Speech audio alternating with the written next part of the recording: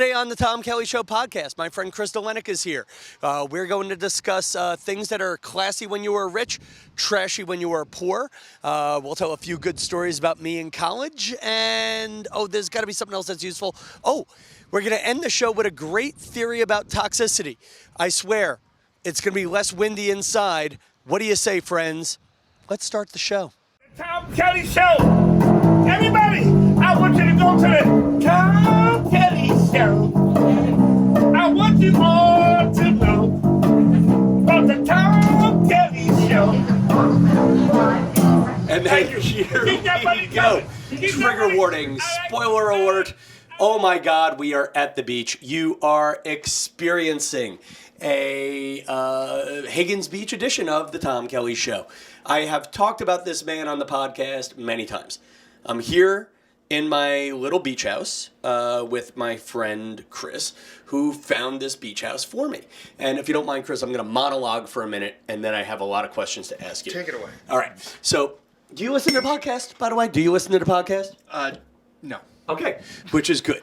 So, for those of you who have been listening to the podcast, if you heard my Boston Comedy Festival Failure Edition, a couple of you started inquiring about my mental health.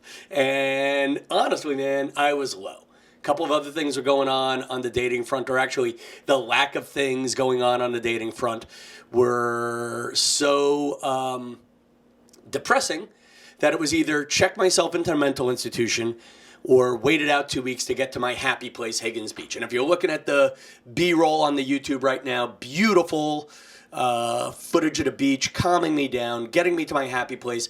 And if you're listening to the audio version of this, I sound probably just the same. But anyway, my friend Chris is a college buddy.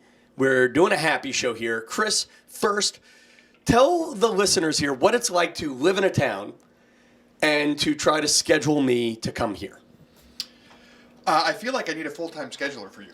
Do you? Yes, I've actually farmed that out. I've tried to put that out as a gig. Right. No success, no takers. You seem to be cool with it. Other people aren't. I'll say things like, yeah, I should be in town somewhere between May 20th and June 3rd. Correct. Yes, you're very fly by the seat of your pants. Okay.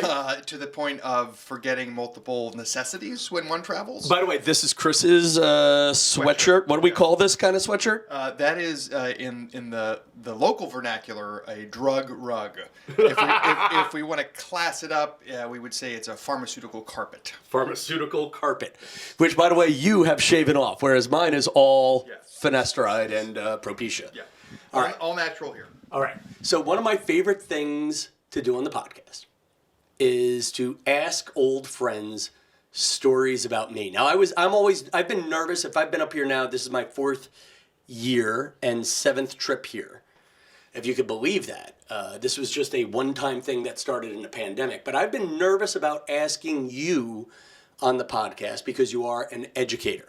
I am an educator. Should I be blurring your face for the YouTube version of this? No, I'm totally fine being on camera. Okay. Now, do you have a fond story of me from the college days? Oh, 100%. Yeah? Yes, absolutely. What would that be? So, probably my fondest memory of you involved freshman year.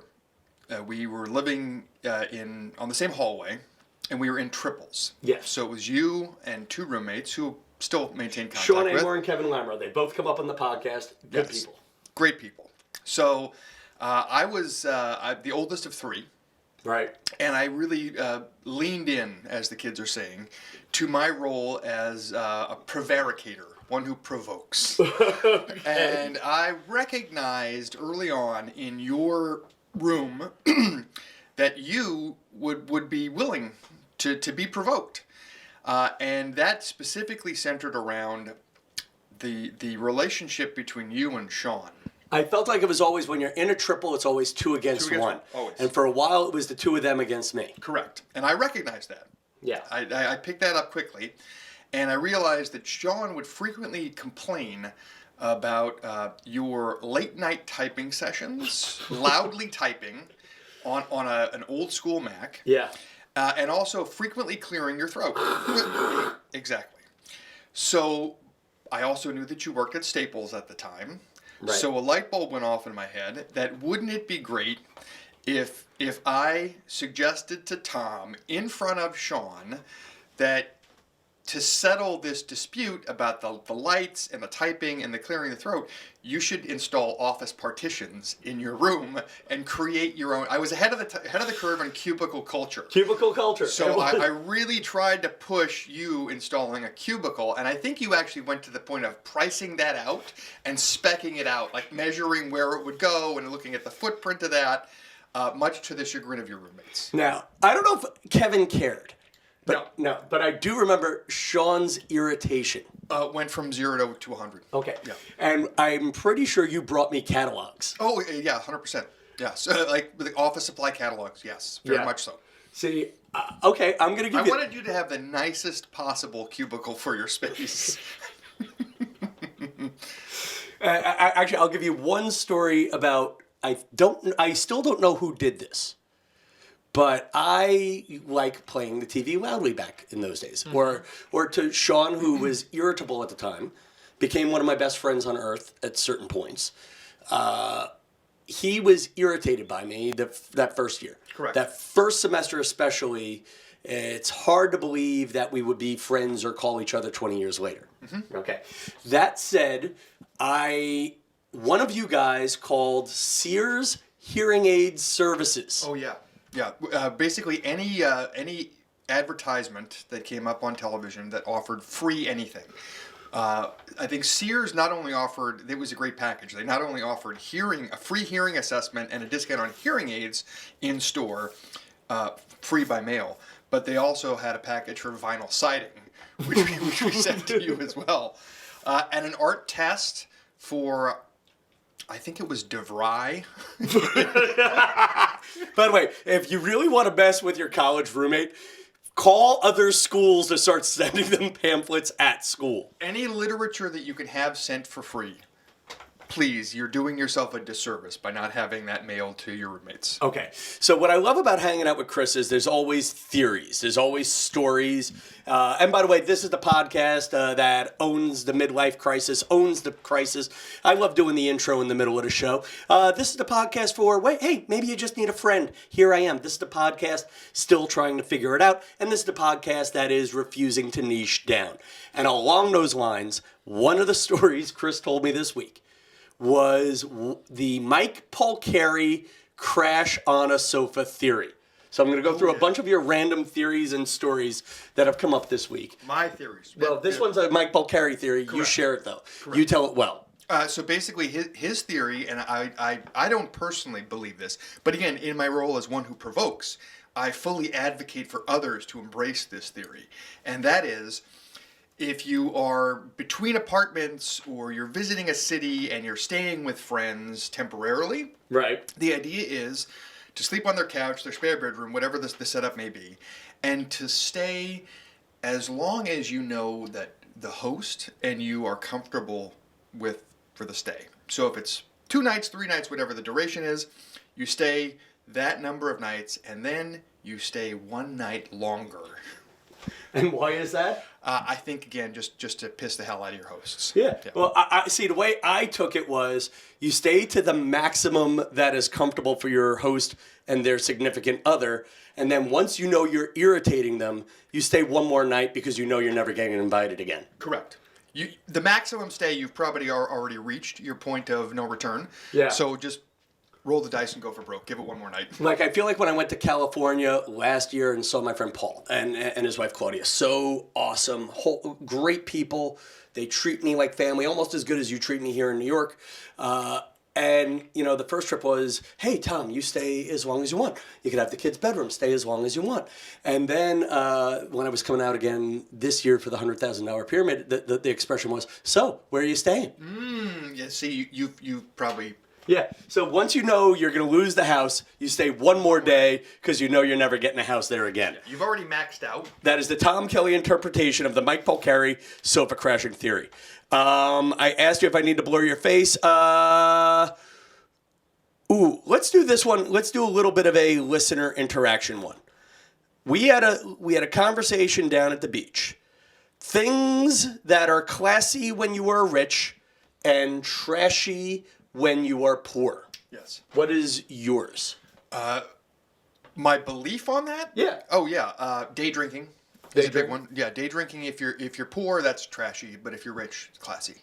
Yeah, I mean, I guess you're right. If you're a rich kid in college, like I grew up with hardworking parents, if the first thing you did when you woke up was have a beer, you were betraying your immigrant ancestry. Yes. However, if you're rich, mimosas or bloodies at brunch is... Yeah.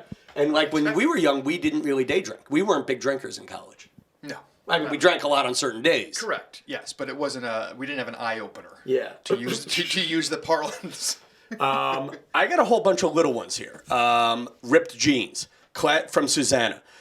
Classy when you're rich, trashy when you're poor. Yes or no? I would agree with that. I would extend that to distressed clothing. So buying clothing that is Distressed or vintage? pre-distressed. Yes, 100%. Yeah, okay. Actually, I'll even say that. I'll even give you this one. Thrifting, trashy, vintage, classy. Yeah, absolutely. Okay. Reading through some of your things. What's classy when you're rich, trashy when you're poor? Tom Kelly and Chris Delenik analyze. Here we go. Hoop earrings. Big hoop earrings from Linda. Linda Alfano. Hoop earrings, classy or trashy? Yeah, I'm going to reserve judgment on that one. I'm going to say trashy all the time. Sorry, Linda Alfano. She's from Jersey, though, so I'll give you that. I'm going to abstain. I lived in Jersey, so... Okay. So speaking a second language. I found that one powerful. That's from Anne. I'm going to say that when we were kids, families that had mom and dad speaking a second language was looked down upon or looked on upon as weird by my more Americanized relatives. And as someone who had family that forced themselves to speak English, that one struck me. I don't know if that's a class. Whereas now, if you're like, hey, I speak 12 languages, blah blah blah. I learned it in school. I don't know that falls into that category. I think if you look historically, like families like ours, Yeah. immigrant families, going back to the World War II era, if depending on where you immigrated from, you really did not want to speak Italian or German, because of what was going on across the globe and what was associated with those two languages, based on World War II. However, now I think it's I don't view that as classy or trashy. I think that's a great thing. More languages you know, the better. Now, well, I'm going to speed through some of these here. Not paying taxes. Trashy when you're poor, classy when you're rich. 100%. Yeah, but we call that a loophole, Ryan Kitchen. We call that a loophole. And if you're rich, you pay others a great deal of money to make sure you can avoid paying as many taxes as you can. Again, reading yours. Classy when you're rich, trashy when you're poor. Florida from Steve Berger. That is, like if you're right, trashy if you're in Tampa, classy if you're in Mar-a-Lago. I'm going to abstain on that one. I would also say, if you talk to the folks in Jupiter Island, Florida, quite classy. Okay. Tiny house and van life. Classy when you're rich, trashy when you're poor. And I'm gonna tell you my thought on this, which is, so we have a friend, Nikki Delventhal. I was an early supporter of her living in a Prius. And she's traveling, she's viral on YouTube, no longer returning my calls or willing to be on this podcast, thanks. But she is classy. She's hot. She's a former Jets cheerleader. She was on The Bachelor. It's classy to have her in a van. It's van life. Now, you get 10 old RVs, you pile them up in Santa Monica, it's the homeless problem and we're not fixing it. Yeah, I think that all goes back to whether or not you're doing that by choice or that is your only option for housing. Therefore, classy when you're rich, trashy when you're poor. There you go. Candelabras. Candelabras.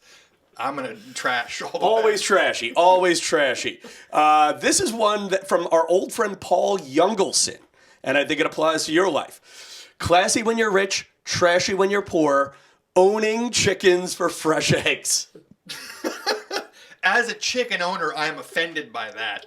Those ladies do some amazing work. They're the only pet that poops breakfast. Oh. So, no. Always classy. And then one that came up from a few people, including Jacob Lee, Johnny, Carolyn, and Rita, driving an old Volvo. Driving an old Volvo, trashy when you're poor, but driving a vintage Volvo, classy when you're rich. It's all about branding. Branding, my friend, branding. All right, and again, we're just speeding through happy topics today on the show. Share this if you're having fun. Two quick things here, and then we'll wrap things up. The Gym Dandies, can you explain what they are, or should I? Well, So I'll tell the story. yes, please. I was driving up to Walgreens and accidentally got caught in the Memorial Day parade. And it was actually a blessing. It's nice to see a little piece of Americana up here in Scarborough. I was in Scarborough, right? Correct, yep. And, it was a couple of Cub Scout troops. I don't even know if they had the old Civil War widows or anybody like that. I don't know that they're around anymore, Tom. No. No, they've been in the ground for a while. Okay, but they had it was a couple of nice people with veteran hats on the sides. But then as I'm looking, suddenly there was literally about 50 kids on unicycles, as if it were a gang, just riding down US 1. And I then said, what the hell is this? Is there a unicycle club? Is there a unicycle gang problem here in Scarborough, Maine? And We don't like to talk about it. We keep that hidden from the tourists, but the unicycle street toughs are a very real thing. Keep both eyes open and your head on a swivel, because they'll get you. by the way, if I name this podcast, it will be Unicycle Street Toughs. Good. I think it's appropriate. Okay. We need to have people who come to Maine be safe. And if you can only be safe if you're aware of some of the issues that face tourists. Yeah. So I asked your wife, Michelle, a brilliant woman, brilliant doctor, says, oh, no, that's just the Gym Dandies, Tom. Mm-hmm. And apparently it is a school that supports the circus arts. Now, you are a clown in real life and have relatives that have left their families to join the Ringling Brothers Circus. Correct. How come none of your 3 children wound up doing this as a class? So the story is my grandfather on my father's side was one of 7 or 8 siblings. And, this goes back some time. And when Ringling Brothers and Barnum and Bailey Circus was a touring act and rolled into town, when they were there for the 3 or 4 days that they stayed, when they packed up shop and got back on the rails and headed out of town, my great-uncle Sam, unbeknownst to my great-grandparents at the time, was on the train with them and left town. And great-uncle Sam joined the circus, literally joined the circus, and did that for his entire career. So circus folk are in my blood. And you named your son Sam after Uncle Sam. Well, not necessarily after Uncle Sam. That's just more of a coincidence. It's just more a coincidence. It's just a good story. Yes, That takes the fun out of it. It is a good story. Oh, that takes the fun out of it. See, I've always been freaked out by clowns, and I hope to God he's not listening, because I don't mean it quite like this. But my dad had a second cousin who was a clown. And my dad was a city job firefighter, and I think my dad spent a lot of his uncling youth with this guy saying, don't be a clown, go get a city job, which is what that generation did. Oh, yeah. And I always felt like my dad's, my cousin's vengeance for being told not to be a clown was my dad having a son who's a stand-up comedian. Yes. That was like justice, karma, whatever you want to call it. Yep. But when I was a young kid, I was told I had 2 cousins. I had a cousin Michael, and I had a cousin Costco, not Costco, not Costco. That came later, though I'm sure there's a lawsuit or something happening about this. Yeah. But cousin Michael and cousin Costco. And I probably was 6 until I saw a picture of cousin Costco in cousin Michael's house. Okay. Yeah. And cousin Costco was in full clown regalia? In full clown regalia. Yeah. That's a sight. And then his daughter Katie said, yeah, my dad's Costco. What the hell's the matter with you? And it's funny. That's why I totally believe when you watch Superman that I believe glasses on Clark Kent is enough. Oh, I think so. Yeah. That's my thing. And then the funny one on the clowns was years ago, my friend Pete McGarrigle was dating a clown. And I forget she was a party clown, whatever, but she lived in Fort Lauderdale, And one day I am invited down for Pete's surprise birthday party. And the way Pete's ex-girlfriend decided to do it was, oh, it's my boyfriend in New York's party. I'm going to invite a couple of his friends down to my house, and then I'll throw a party with my friends and call it his birthday party. Okay. And we got invited down Thursday for a Friday night party.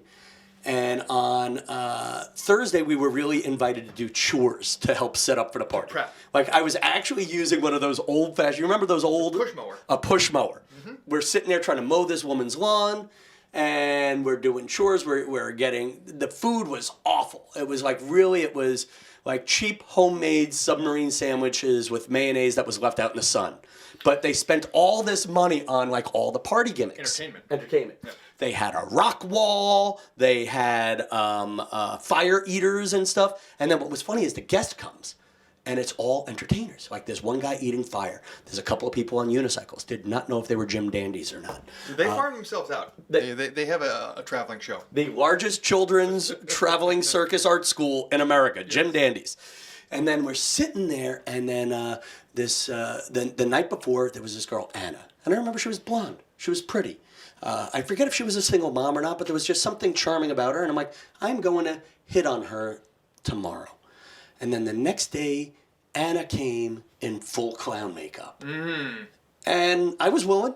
Okay. That was not a deal breaker. For a second. That was not a deal breaker. Here's the deal breaker. The deal breaker was, I look at Anna, and I said, hey, Anna, how are you? And she goes, I'm in clown. Could you please call me Anna Banana? Oof. And that is commitment to a role. Now, yeah. and this that would be like fall in the same vein as method acting. Yeah.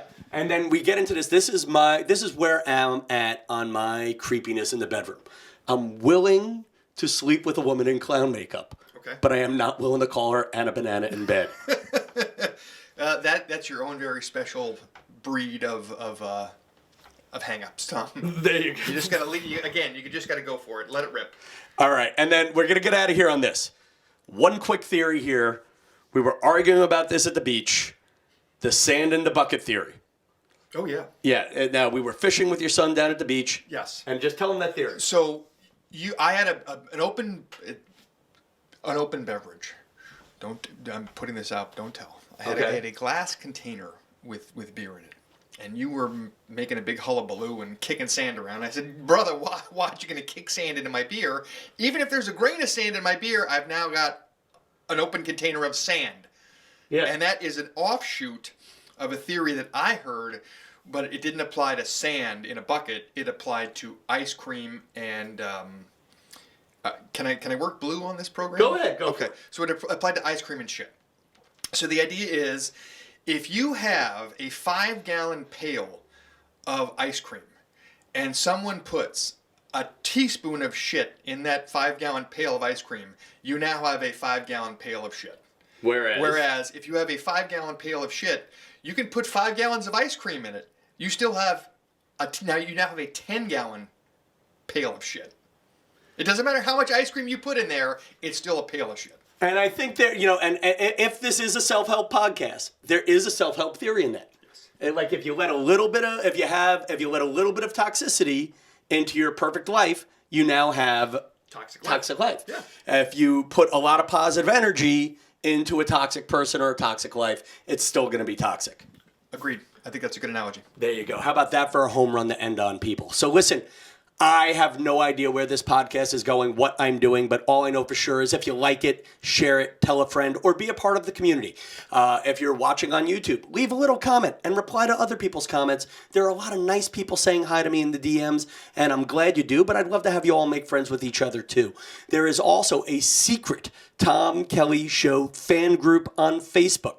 All you have to do is ask to join, and someone's going to let you in. It's that exclusive. And then... And then what else is going on? And that's about it. I got actually by the time this airs, I have a show in Southold, New York, June 3rd, and then West Side Comedy Club, June 23rd. But listen, there's a lot of things you could be doing right now. There's a lot of shows you can be listening to, and all I could say is what I say every week. I am grateful. Magic mirror time. I see. You know what? I don't need the magic mirror. I just read all your damn comments. You know I see you. Thank you, guys. Until next time, good night, Higgins Beach.